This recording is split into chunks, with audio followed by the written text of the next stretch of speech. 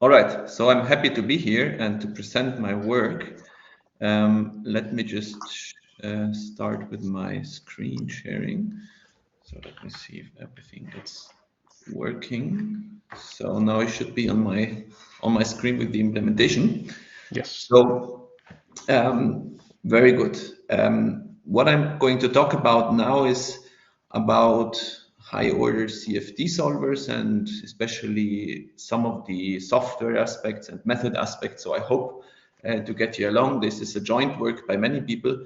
I should just mention that right now we're also in interaction with Gregor and the other team here in exasim, because we are also in the in this Calexa project. Our project name is called PDExa because we are kind of targeting a generic set of differential equations. So this is more of the background, and with that I would just like to go on to the CFD parts and the modeling that we're doing. So let me just give you a short overview. I start with applications, and then I will talk about this continuous Galerkin. I try to be a bit basic in terms of the ingredients in this continuous Galerkin, just to get you along from the finite volume context as well, and then discuss a little bit about the high order methods and their efficiency afterwards. So just to give you application areas, now we are in my surrounding, we have been dealing with various kinds of flows, and I just have three figures here as examples. So we have turbulence,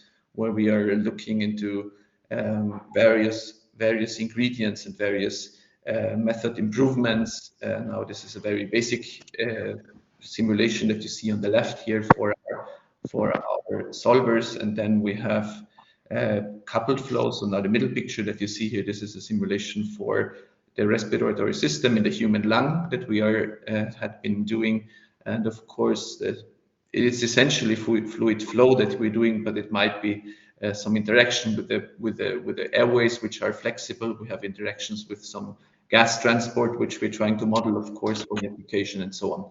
So there is a lot of other aspects coupled to the fluid flow in our case as well.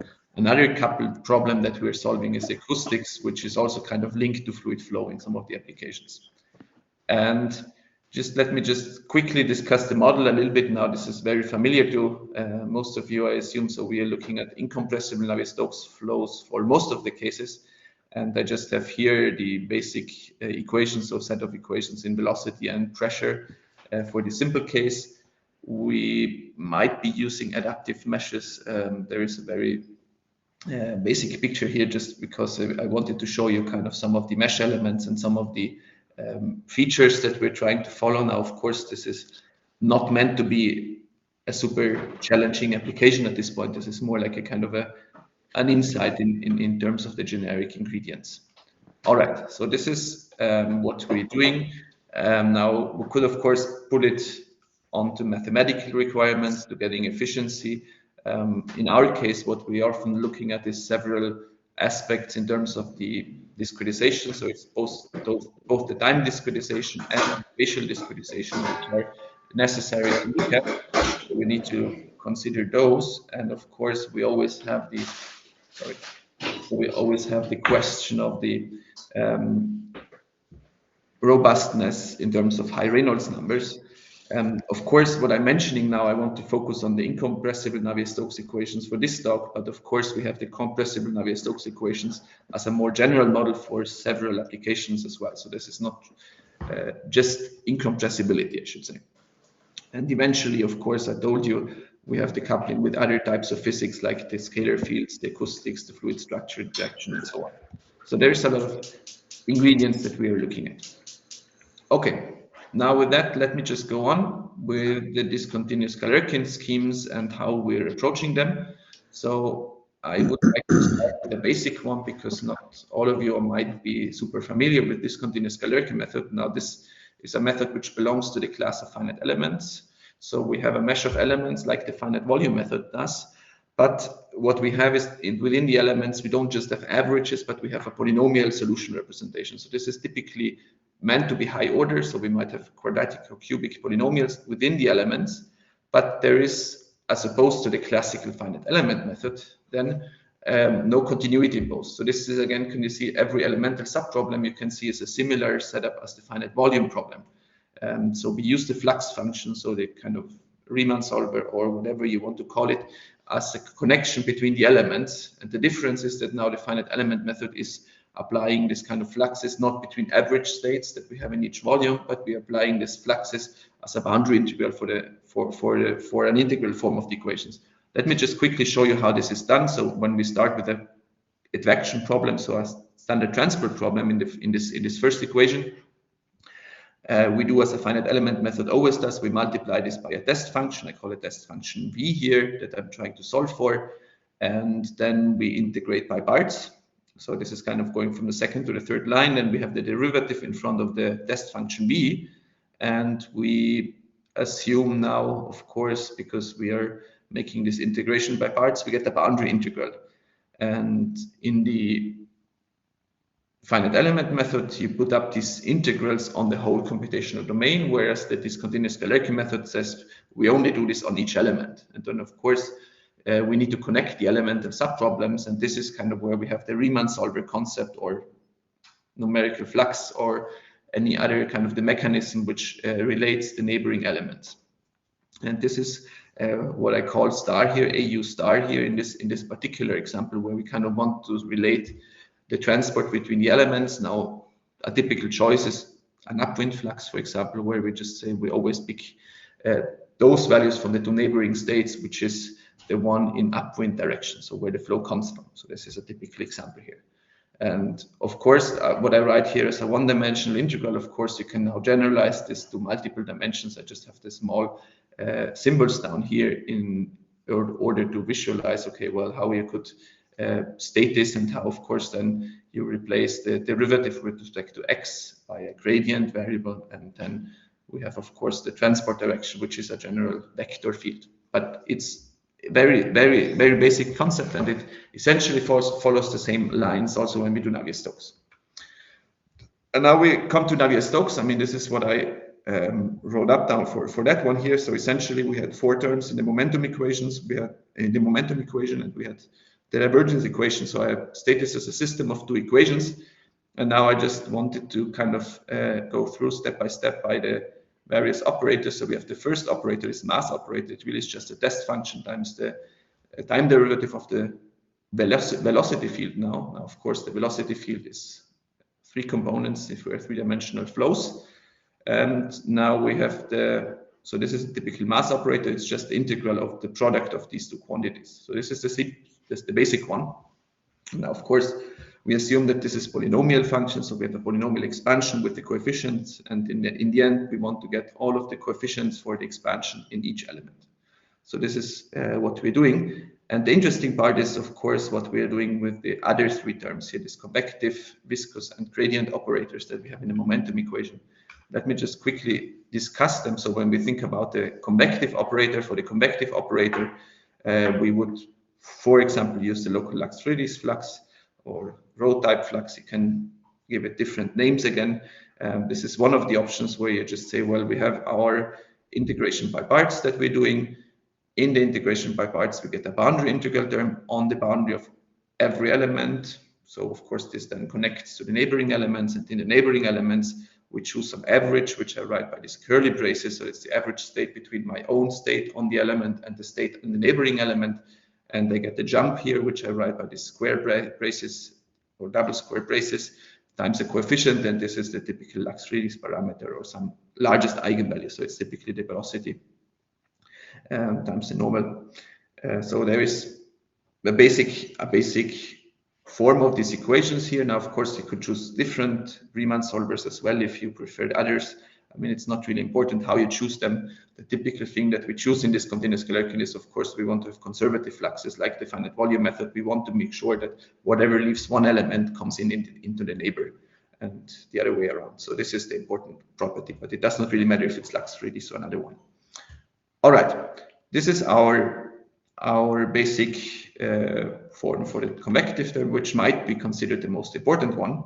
There is, of course, also something for the viscous operator, so the viscosity times the Laplacian here in the velocity, and then there is different methods how you do it. We do the symmetric interior penalty method, which is a finite element type method, where we essentially are able to go around without auxiliary variables. In many DG formulations, people use auxiliary variables. We don't really like them because we don't think the viscous operator is the most important one. We typically think that the convective operator is the important one. And this one is just, it should be correct and mathematically consistent, but it should be simple in our opinion. Then we have the gradient of the pressure in the momentum equation, and that one is for incompressible flow very similar to the divergence operator in the divergence-free equation here. So I state them at once. So we also integrate those terms by parts. So we have the pressure gradient, and then we integrate by parts to get the gradient onto the velocity test function, VH here. And then we get this kind of jump or boundary term here, and where we again use an average for the pressure for the integral here. So this is a simple setup we can work with. And of course, now the question is, when you say, okay, this is a classical derivation of a discontinuous Galerkin method, like people have done for 20 or more years already. Now the question is, well, when you try to apply them, of course, this is a technical ingredient. We need to compute integrals. Now I just wrote them here as weak forms, which have polynomial terms in it. And then we use quadrature formulas for approximating the integrals. All of the terms in the Navier-Stokes equations are linear, except for the convective term, which has this kind of quadratic form, velocity times velocity. And for this one, you need more quadrature points just to ensure that the velocity integrals in the convective term are done accurately enough. So this is one effect I should just mention. Now we can ask ourselves, are we efficient, or kind of can we apply this method to turbulent flows? And by turbulent flows, I just mentioned this keyword. I want to apply them in an under-resolved regime, because just meaning that I use them also with coarse meshes, even though we do high order accurate solvers. But of course, in the end, when you solve CFD problems, you're often not able to do direct numerical simulations. So you do large eddy type simulations in our context. And then this means that we're not resolving all eddies. And this is what I mean by under-resolved. And now the classical claims of the DG community, and this is also something that we read when we started doing this about 10 years ago for this particular DG methods. But well, DG methods are said to be robust when they have dominating convection. So this is a bit like the finite volume methods, that there is a classical theory for doing them. Then the other thing is, when you think about finite element type problems applied to Navier-Stokes equations or incompressible Navier-Stokes equations, there is this question of insubstability. But this is typically easy to do. I mean, people just use different polynomial degrees. It's a bit similar to staggered point distributions that you would do for finite volume, finite different type methods. So it's known what you should do. Let's put it this way. However, now we apply this to some channel flow. Now this is just some lines here with different methods here. And what I track here is kind of the numerical divergence of the solution. I compute this as kind of a pointwise quantity. And now, of course, the axes don't tell you very much, but I want to mention here what we are looking at, for example, is the basic method. So kind of the red method here. So this is the red line here that you see here. It kind of has some discrete divergence error because I'm not able to resolve it perfectly. So there is discretization errors, you could say. They stay at a certain quantity, and then at some point the simulation blows up. And this is what you see here as a problematic part here. So we see that there is a lot of instabilities, and then we tried different variants here. And I mean, I don't really go into what the variants are. I just wanted to mention that we just tried to do some basic tricks here for the discontinuous Galerkin community. We tried different mesh resolutions. So this is where we have different sets of lines. So variant 1 and variant 2 are just the two basic ones that you could do, and they always were blowing up. And then we developed what you see here as the dashed and the dotted, so the dashed dotted lines and this kind of thinly dashed lines further down. They are the ones which have done the robustness that we do. So we need to fix something. How did we fix it? I mean, in the finite element community, I actually come also from finite elements, finite differences. The classical tool that you look at is the energy method. So you try to look at kind of, is the discrete energy following the properties of the continuous energy, which we know for incompressible flows without source term is not increasing. So we do this for the solution. So energy just means the velocity norm squared in the whole domain. So by omega h, I just mean all of the omegas, all of the elements that I have in my simulation. Okay, so we do this, and then we make the basic mathematical manipulations that you do for the finite element integrals, you could say. And then you get, in the end, when you say, well, I neglect the viscous term, so the viscous term dissipates the energy, so this is where there's a smaller equal than. I leave it out because I want to focus on the convective term, because we think about the perspective that the convective term is much stronger than the viscous term. So we just want to look at the effects of the convective term. And what you see here is you get three terms out of it. You get a red term here that I relate to the Lax-Friedrichs, or the upwind term here, where you see that this is essentially a term which has the jump of the solution over the element boundaries times the lambda factor times the jump of the solution of the element boundaries. So this is kind of like a square term. So there's a square of this UH jump. And this is, of course, with a minus sign in front of it. So this is a dissipation of energy, which you see here, if this lambda term is positive or non-negative, which of course we do. So this is a good term here, the red one, but then we have these two black terms here on the right-hand side, where you see, well, there is some UH terms here, and then there's a divergence of the velocity here. There is some jump of the velocity, U minus and U plus just denotes the solution at the two ends of the interior faces of our mesh. So you see that there is this kind of jumps here in the solution, and then there is this divergence here. So you see that there is some problematic parts here, because we don't have the squares here. So you have a minus sign here and the plus sign on the other term here, but you really don't know what is the sign of these terms. So they could be positive terms. Of course, you could say that this should be a small term, because we have the divergence of UH. An incompressible Navier-Stokes simulation should, of course, have divergence of UH equal to 0, but it does not have it equal to 0 exactly, but it has discretization errors. And the same thing for this jump here. I mean, we have a DG solution, but of course, we assume that the DG solution in the end is going to be approaching a continuous solution. So you could say that these terms should kind of be small, because it should just be discretization errors. So this is kind of the part here. So the claim could be, well, as I just said, that these two terms that violate the decay in energy, they should be tending to 0 as the discretization gets refined. And of course, this is what we initially thought. Well, if we just put up a fine enough mesh, then this discretization will be okay.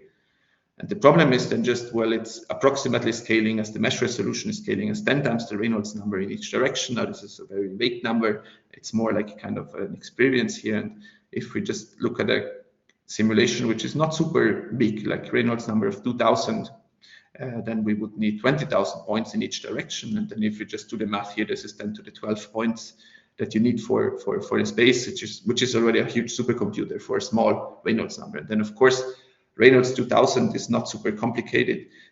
If we do Reynolds 100,000 or a million, then this is where the real challenge is going to be. And of course, you see that the math is not going to get together with supercomputers. I mean, it's just meaning that if I do a direct numerical simulation, then everything is going to be fine. These two critical terms here are going to be fine, but I don't do that. I do a large eddy simulation, so I need to do something else. And this is what we did, in particular with a PhD student at that point, Niklas Fehn, who did a lot of this derivation, is that how should we solve this problem? In general, you could just motivate the terms that we added by the energy estimate. We see in the energy estimate that we have a problem with the divergence of the velocity that kind of is not controllable by the sign of the equation. And we have a problem, which I now highlight in a red color here, by the jump of the solution between the element boundaries, so between the two neighboring elements in a normal direction here. So you see that there is this normal vector multiplied with it. So this is the two terms, and then it's a classical solution. We just add this as a penalty to our formulation here, and the penalties are constructed such that they should vanish for a smooth solution. So when we are doing a direct numerical simulation, our method is consistent in the sense that, of course, this divergence of UH should be 0, and this jump of the solution between neighboring elements should be 0 for a discontinuous Galerki method now.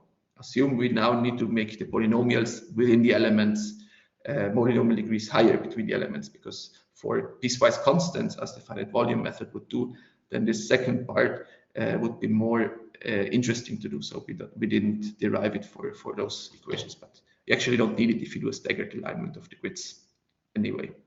So you could do this, and then we have these penalty terms here, and then this is one of the interpretations is, of course, we're just trying to make sure that these two problematic terms are dominated by the other one. So we have factors tau here, tau d and tau c, I call it, which I use to kind of dominate over the other terms. So there is some scaling that we need to do, but it can be done.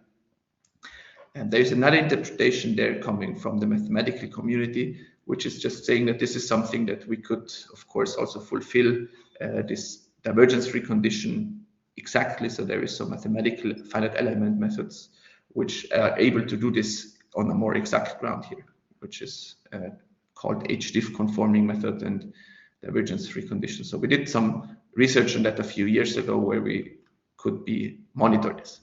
I just want to make now an example. Now I talked a lot about the theory and about this discontinuous Galerkin and incompressible flows. Now I really want to show you how this is visualized for a problem in practice.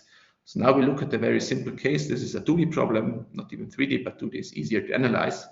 It's called the North-Sommerfeld stability problem. So it's essentially a channel flow here, but the channel flow is perturbed by an unstable mode, let's put it this way, which is this kind of U1 small minus U1 large. So the U1 large is the periodic flow, is kind of the channel flow. And then we have this perturbation here. And this perturbation is able to grow linearly. Of course, now it eats up a little bit of the background flow, and then it can grow. So it's not really growth in the real sense, but this is really just the background. It's just picking up of the energy of the background flow. And now I show you here that there's results here. So this is now the perturbation energy. So it just looks at the energy from this actual solution, small u, minus the background solution, capital U. So this is what we look at here, and there is a stability theory which tells us what we should get. This is the kind of the black circles that you see in the figure. And on the left-hand side, you see this unstabilized method, so the classical DG approach, where you just see that if we discretize this and you look at the dashed line, which is an 8-square mesh, then we see that the solution blows up. And if we refine the mesh in the hope that we are going to improve the problem, then we're actually blowing up earlier. We would need to refine a lot more. I think we would need around 1,000 elements in every direction before we get back to the sufficient resolution, because this is a problem where the Reynolds number is 7,500, so it's a relatively large Reynolds number. So we see that there is a lot of problem with the classical approach, whereas if we choose our penalty terms here, where we try to control these errors, then you see a different behavior. Now we see still in the dashed line, which is the coarse mesh, you see that it's still growing more rapidly than the actual solution should grow. But what we see is if we refine the mesh, you go from 8-square mesh to 16-square mesh. So we go from the dashed line to the solid line, and we see that the solid line is now approaching the actual behavior that we're trying to model. And you see now this is the huge difference, and you see here now we got robustness in our method with this tool. Of course, we can also do this more mathematically formulated, but I think this is enough for convincing you that this works. Let me talk a little bit about efficiency. This is an important aspect. I think many of you are also dealing with efficiency in various dimensions and various metrics. And I am a high order person, so I would like to talk a little bit about the high order methods and why we like them. Of course, the reason why we use finite element methods is that we want to have the ability to apply them to general geometries. I mean, this is kind of one of the distinctive features, that you can apply them to geometries which are just cubic squares, even though I picked a cubic square up to now for the very validation. The challenges, of course, for Navier-Stokes, both in incompressible and compressible flows, is that they develop fine-scale features, and those are relevant to the physics. And so typically people say that you need to track these kind of fine-scale features, vortices, over long times in order to get an accurate prediction of whatever physics you want to look at, if it's drag or something on a car or airplane wing or whatever. And for this, translated to mathematics, is that you would want to get good dispersive features or behavior of the numerical solution. And high order methods are pretty good in those metrics here. As I told you, we want to have a mesh. The mesh can be unstructured. We often like hexahedral meshes, so hexes in 3D, because they have higher efficiency. And in finite element methods, high orders are obtained in a different way than the classical finite volume high order method that you might know. In finite element methods, you get high orders by adding more points or more polynomials within an element. So of course it means if we have a low order finite element method here as a kind of a sketch on the left hand side, if you go to high order finite element method, of course one of the first things you do is you want to get a coarser mesh, because you have nodes within the elements, and to get the same number of nodes in the end, you want to place nodes within the elements. Typically we don't choose super high degrees, we don't choose degree 20 or something, but we really choose degrees between 3 and 7 in most of our applications, because this is kind of the balance where we can still have enough elements for getting complicated geometries, but we get enough of the high order properties of this dispersive relations that we get this. And this continuous Galerkin method, you could say, is a special finite element method in a sense that it gets kind of influences from finite volume methods. But of course, these fluxes that we have, these Riemann solvers that we apply in DG methods, they're not able to stabilize shocks or something like that. So in DG methods, there is an additional theory you need to do for shocks, as you would do for second order or higher order finite volume methods. Let me just quickly discuss the time discretization, just that it does not get lost here. In incompressible flow, it's very popular to do splitting methods, where splitting means that I want to split off the pressure gradient term or the pressure as a separate equation. This is done by taking derivatives and manipulating the equations. So our favorite method in many applications is the so-called dual splitting method. It's based on doing the convective term explicitly, because this is a transport term. So of course it then gives rise to a CFL condition. Then we do the pressure Poisson equation. So this is kind of just this reformulation from the pressure gradient and divergence-free condition that I told you, which is meant to be correcting the divergence errors that the first step, the convective step, is introducing. Of course, for getting high order methods, you need to make sure that you get good boundary conditions for the pressure Poisson equation, because the pressure Poisson equation is not part of the initial Navier-Stokes equation, so there is no physical boundary condition, so you need to construct an accurate one. And then once you have the pressure variable here, you can use the pressure to correct this initial velocity you had to get a divergence-free velocity U double hat. This U double hat, of course, is not the final term here. It also needs to kind of take into account the viscous effects, but this is often done separately, the viscous effects, because you can do them implicitly. And if I have some not so or some relatively viscous flows, then you can do this more efficiently. Of course, in high Reynolds number flows, this last step, the implicit viscous step, this is a very minor effort. So the important part is simply the Poisson equation for the pressure and the convective part. Verification, let me just show you a quick convergence test here. This is a two-dimensional problem with a vortex rotating flow. Now this is super smooth. Of course, we would get optimal convergence rates, and this is what we verify in our simulation. So I have here 4 different polynomial degrees. The velocity degree is always one higher in the pressure. So if you compare the two pictures, you see that velocity starts out with second degree, the pressure with first degree. This is just this in-sub stable combination of the velocity and pressure from function spaces. And you see that they follow the trends that you would expect from finite element methods. If you have a second order polynomial, the accuracy measured as the L2 norm is third order. So it's always 1 degree, 1 order more than the polynomial degree, which is the interpolation capability of the polynomials, you could say. And we get optimal rates. Everything is nice for this simple problem. This is just the same data. I just plot it differently because I want to now approach turbulent flows. Then I want not list mesh size h here for comparing different polynomial degrees, but I want to measure list the number of unknowns. This is what I mentioned before. High order polynomials, they put more nodes inside of the elements, and then of course it means that we need to make the number of elements smaller. So we should not compare the mesh size, because mesh size always means the elements as a whole, but then we should put the number of unknowns. So this is the different data. But you still see, if you look at this plot here, if we choose higher polynomial degrees, we get fewer unknowns to reach the same error. So this is the typical bottom line here. So for this simple case, it's very good to do high order methods. However, of course, now this is not the true story. I mean, we see that the high order methods are advantageous if we just count degrees of freedom. But the question is, what is about the time step size? I mean, is the time step size constant if we choose different polynomial degrees? And the answer to that is not really. You see that the time step size for the explicit part is scaling like the polynomial degree to the power of 1.5. So it starts to increase more rapidly than the number of polynomials are increasing, because the polynomials start to increase as k, or k plus 1, if k is the polynomial degree. The other part is, of course, how you solve the pressure boson equation. So this is solving an implicit system, which might get more expensive for higher degrees. And maybe the elephant in the room, you could say, is the convergence rates. I mean, I mentioned that we have these nice curves for a smooth problem, but I want to do turbulence. And I think all of you know that that might be questionable. So let me talk about the turbulence. I mean, now I still choose a very simple geometry just for the sake of analysis. This is a cube, a periodic box here. And we have this dual splitting method, so the time discretization that I just presented. And now I just start out with the smooth solution in the beginning.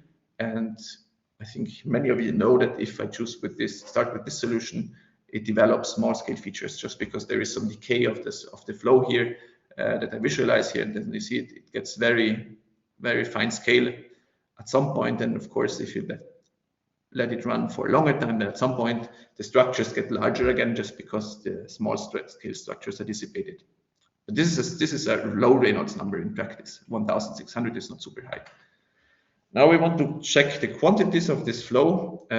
What people often look at is the kinetic energy and the kinetic energy dissipation rate. So it's kind of how much does it change. You could also look at the molecular dissipation, which is just the gradient terms here. And when we do this, you just see the following here. You see that now this is again the standard G discretization without the penalty terms, which I tried to convince you before that this is not a good idea. What we would expect is the red line. This is just a very fine resolved simulation that we did for high resolution with 1,000 points in every direction. I mean, there's also DNS data from Brachet, from other people from before, but we just repeated them. And then you see that the methods that we see for a coarse mesh, for this unstabilized one, I mean, for the kinetic energy dissipation, the left figure, or the molecular dissipation, the middle figure, you see that they are all over the place. And then you could just say that this kind of difference between the two quantities, so kind of the change in the kinetic energy minus the viscous dissipation, you'd say that the energy estimate, the mathematics tell you that you should never have a negative energy development here, but you actually see that there is a lot of energy produced. So this is the bad method, and now this is the method for the penalty terms, and now you see that now we get a reasonable behavior. I choose here always an effective resolution of 64 points in every direction, but I do this with 3 different polynomial degrees. I choose polynomial degree 3 as the dashed dotted lines, then I have dashed lines for polynomial degree 7, and I have a solid line for polynomial degree 15. I told you 15 is probably an unrealistic number for practical flows, but for a cube, of course, you could do it.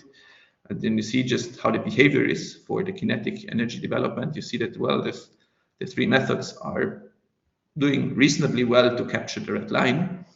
If we look at the molecular dissipation, the middle figure, then you see, of course, that the low order method, or even 3rd order polynomials, are not that low order, but they're less order than the other 2.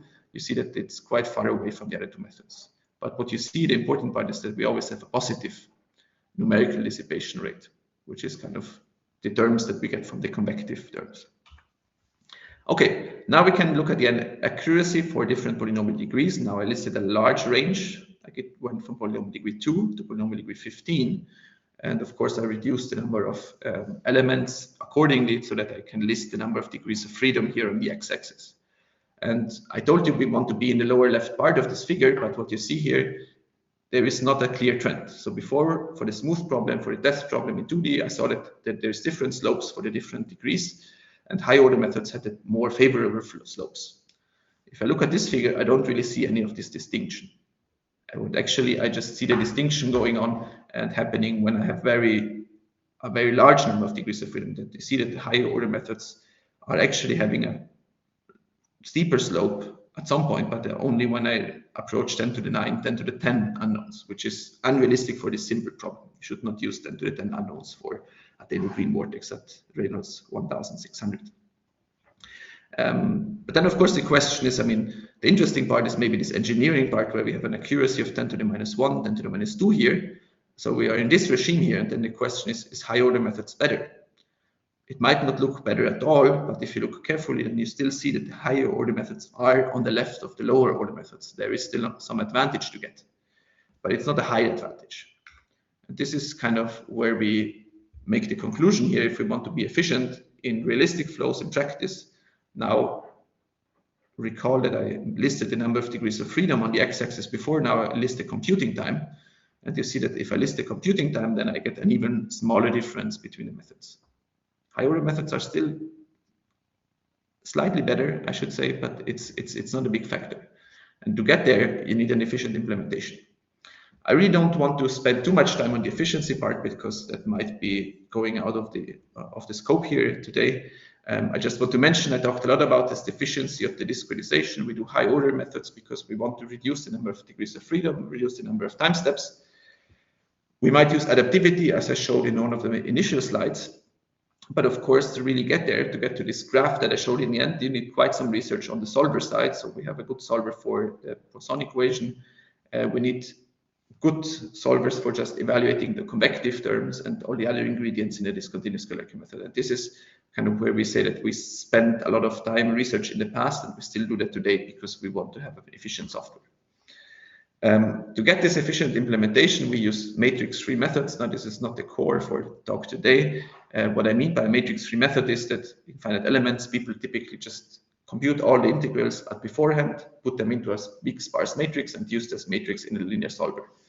And what we observe is that this is actually not a good idea for modern architectures, be it GPUs or CPUs. Both of them have relatively low memory bandwidth compared to how easy it is to compute. So you could always say that computations are cheap, but the memory access is expensive. And this is why we just say, well, we recompute redundantly all of the integrals in the finite element method. Of course, this then just gives you the operator action. So we never really built the matrix. So we cannot use all of the ingredients in linear algebra. We cannot use incomplete factorizations, for example, because building a factorization, I need the matrix entry available before I can eliminate them. So there is some restrictions. So we need to have specific preconditioners, or typically we need approximations to the matrices that we can still use the classical ingredients. We can use diagonals for Jacobi methods. We can use block diagonals and so on. So there's a lot of research going on, also together with Marcel Koch here from your group. I just want to mention here, we can do matrix-free solvers for Poisson equation. This is actually one of the tasks which are done pretty easily with matrix-free methods. I just list here a solver for our DG method, where we have scalability studies on a CPU-based supercomputer. This is the computer in Munich, the old one, the SuperMUC NG system here.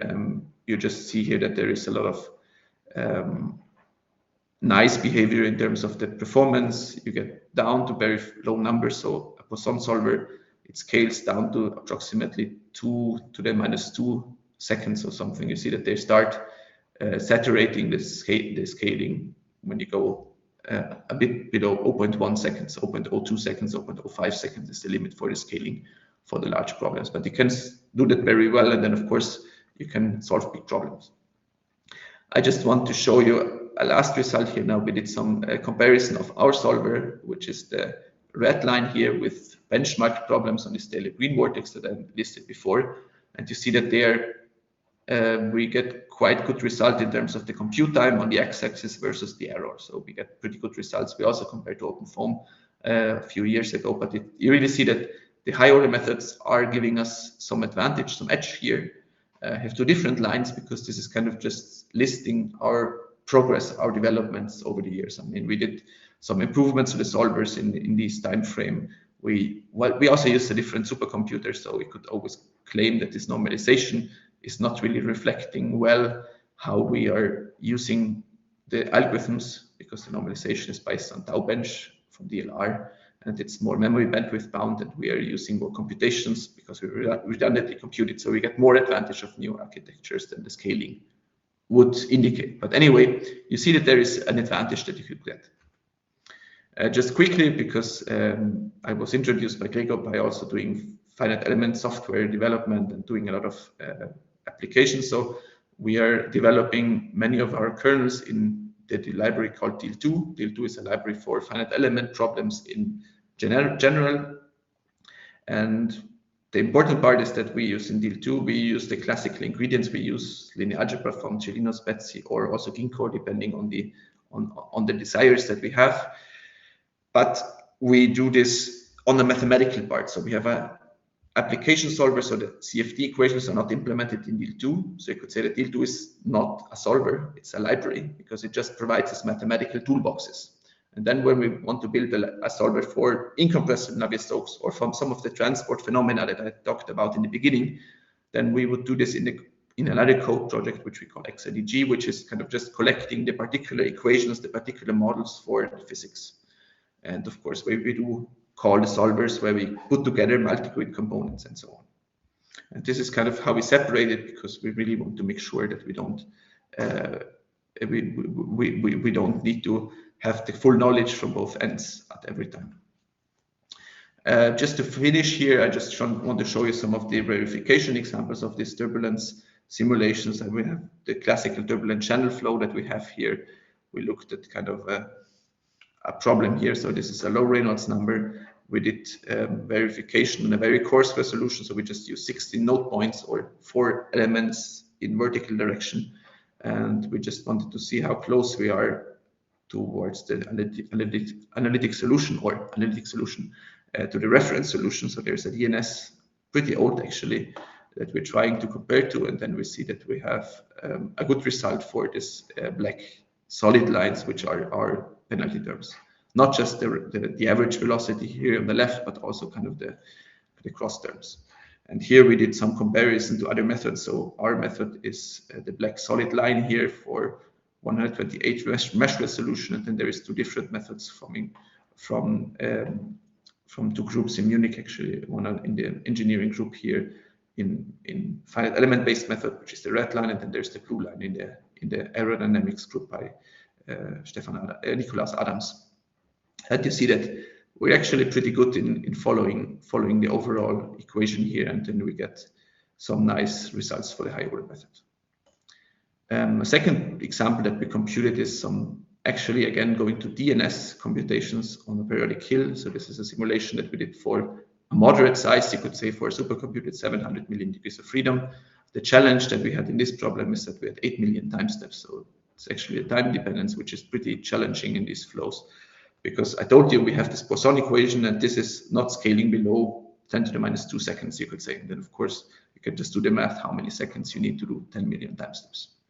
And of course, we need many time steps because we do statistics for these kind of flows. And with this, I would like to stop here. I think I don't want to talk too much about it. I hope that I gave you some insights into these continuous Galerki methods, why we like them, and what kind of methods we are doing with them. Thank you very much. Yeah, thank you, Martin. That was very interesting. Maybe I start with like a general observation from my side. So since we, or at least I, have the most experience in finite volume methods, which for you are, as I understand, a subset of finite elements of constant test function. But I see that like several of the issues you mentioned are probably also existing within the finite volume method. For example, the stability discussion you had is probably related to the stability criterion we have for like cell Piclet numbers, for example. Also, like the discussion on splitting methods and time step sizes are obviously something we have on the finite volume methods as well. And that it's, I think, at least for me, very important and interesting to understand, like what you in the finite element world are working on, and which tools you are using in order to gain a bit more insight on how to improve on these kind of things. So that was very interesting. Then I would ask if anyone has any questions from Martin.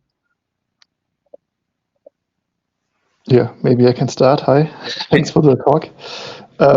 Yeah, I am also mainly familiar with OpenFOAM, but I know there has been a long discussion in the OpenFOAM community to maybe bring a DG approach into the OpenFOAM framework. Have you ever thought about this? Would deal2 be a library able to do this, or any thoughts about this? In general, I would say, from my side, I would definitely think there is interest from, I would say if you want to approach this and you want to talk with me, I would be very happy to make this discussion. I think one of the things I could say, one of the lessons is that, of course, now OpenFOAM has a lot of infrastructure in terms of the kind of, both from the meshing to the finite volume solvers and all of the kind of infrastructure, parallelization and so on. So there's a lot of infrastructure you have in OpenFOAM. So of course the question would be kind of what kind of, where do you want to make the interface? Because of course we in the deal2 library, we think we like to control the things on our own. And then this is one of the things to talk about. One of the kind of bottom lines or experience that I could give is that, of course, if you are new to finite element based methods, so this continuous Galerki method now putting into the finite element classes, there's a lot of issues about polynomials and so on. So it definitely makes sense if you think about or discuss this, it makes sense to talk to finite element people just in general, because I don't think it's a good idea just to start doing the finite elements just from the textbooks, because the textbooks on finite elements are pretty long and you can have contradictory claims in various sites. So one of the things is that I would definitely recommend just to talk to people, because it might be a good idea to say like deal2 is a library, and in that sense you could say deal2 could be a candidate for doing that. Now, of course, I'm not claiming that we should be the ones, but we could be candidates because we are a library. And then of course we could say, well, we could provide, for example, an oracle which tells you kind of, you get the finite element integrals, we tell you how to put the polynomials, how to set up them, how you map them onto the elements that OpenFOAM is already able to provide. And then that could be one of the intersection points. So that in that sense, deal2 is library and it's written in C++, which is the same as OpenFOAM. So one could see that this could be a connection point where we could say, well, this is something where you could just say, well, we have some module which you could provide by an external library. If then deal2 is the right library, I mean, that might be something to discuss. I would not just say, of course it is, but I would really say that this could be some of the ideas, or maybe I could more call it an experience, because we did many mistakes in deal2. I mean, we're not the first people implementing finite element methods either. So it's a lot of things when you just do it, and when you just not do it in 1 week or 1 month, then you can get, of course, the insight from the various people. This is kind of what I would suggest in the end, that if you would like to make this discussion, I would be happy to make it. Okay, sounds good. And then maybe a second question. So in terms of running the simulation on GPUs, so in OpenFOAM, of course, you have finite volume method, unstructured grids, which are not ideal, I guess, for porting to GPUs. So this is another point often brought up, at least in my surroundings, that DG might be better for this because you have more mathematical operations per element. Have you done anything like this, looking at how efficiently you utilize GPUs as a function of your polynomial order or something like this? I mean, we did look at GPUs as well, yes, but I mean, it's not. I mean, I don't have the comparisons here, but in general, it's not a huge difference between CPU and GPU. Oh, if you look at it as a function of the polynomial degree, of course, what we kind of can confirm is that it depends on the exact setting that you're solving for. But of course, GPUs are a factor of 2 to 3 more energy efficient. If you do both of them equally, I mean, I don't like the claims of 100 times more efficient, but it depends on. I mean, if you're more memory bandwidth bound, then the GPU is typically a factor of 4 to 5 more efficient, because it has high bandwidth memory that CPU does not have. If it's more compute intensive, then the factor is less. But I don't really see a clear difference. I mean, you could, of course, then claim, of course, high orders are more compute intensive, so you might get a different factor. In my claim, it would be a lower factor in terms of advantage for the GPU, which might be the opposite of what you asked for. But it really depends, because it really depends on how you can structure the things. And the general experience is, I mean, we did some GPU solvers, not for the full CFD solver yet. I mean, this is something that we're trying to work on, but we saw it on Poisson solvers and like some of the ingredients that we have as on our solvers. And we saw that, well, GPUs are pretty okay. I mean, one thing that I could say, and I mean, this is probably something that you can confirm, is that the GPUs are right now on a steeper slope than the CPUs in terms of how quickly they advance. Okay, yeah, thank you. Welcome. I think so. I kind of like the idea how you phrase it, that the DL2 is sort of a library which sort of simplifies the approach for engineers. So if you look at it like from an engineering perspective, you usually want to solve physics, and if you have to go into all the mathematical books and try to understand it, it's not really feasible if you only have 3 years as a PhD. So is it that it's so sort of, could you imagine that you be able to provide something like a DSL, which OpenFirm has, like a domain-specific language for DL2 that you can sort of wrap and sort of make it similar to the OpenFirm syntax? Yes. And then just use DL2 as the background, because that would be quite attractive for other engineers who just want to solve problems.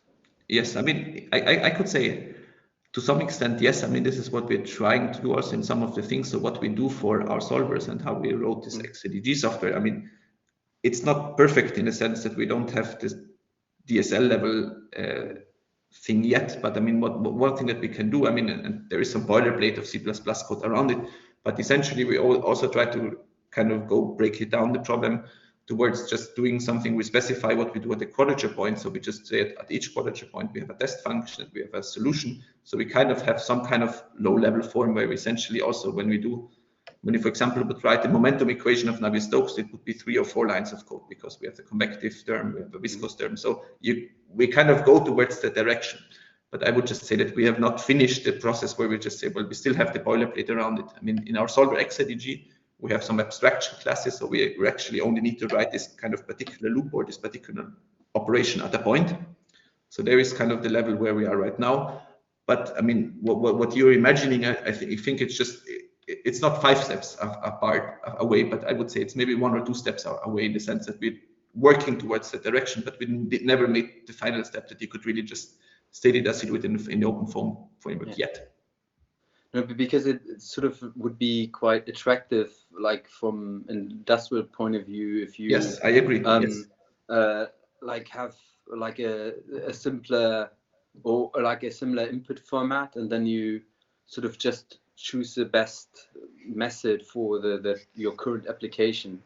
And you mentioned like hexahedral meshes. Does it also work on mixed grid? Because from like an industrial point of view, like I work at Airbus now, and so we are quite expensive. So basically, if you are able to save 1 hour, you can do quite a lot of computations for this. So how does it, these higher order methods, how do they work with standard meshing tools? I mean, this is. I mean, you could say there is different perspective on it. Yeah. I mean, we do hexahedral meshes because they have the most beneficial, or they do the fewest computations for higher orders, so they're cheapest in that sense. So it's still a compute question in some sense. I mean, we have support for simplex type meshes, so we have tetrahedral meshes or triangles in 2D. We have some support for mixed meshes in DL2 library. We have not done all of the infrastructure, but it is actually on our to-do list to fix this in this PDX approach, in this Calexa framework, where also Gregor is involved with his project. I mean, we are trying to make this one of these parts that we work towards that. So we hope to have this in 1 year or so. Ah, cool. Because it is, as you say, I mean, I would just subscribe to every part that you said. It's important. We want to have it. Ah, okay, cool. Thanks. No, it's just I only used OpenFOAM, and it's very interesting to see what other groups are doing. And it's I'm quite like open source, and I hope we would be able to use it more. But you sort of, a lot of the time, it's really fiddly, and then it's quite difficult to convince people that it's the right approach if you can't click on stuff. I do. That's the main challenge, and so if you want to convince them, you have to be significantly better or solve a problem that the commercial solvers can't. And then, but we just, we did a comparison with Star CCM, and it's not magic. It's in a nutshell, it's the same, but it's more usable, and that's what they offer.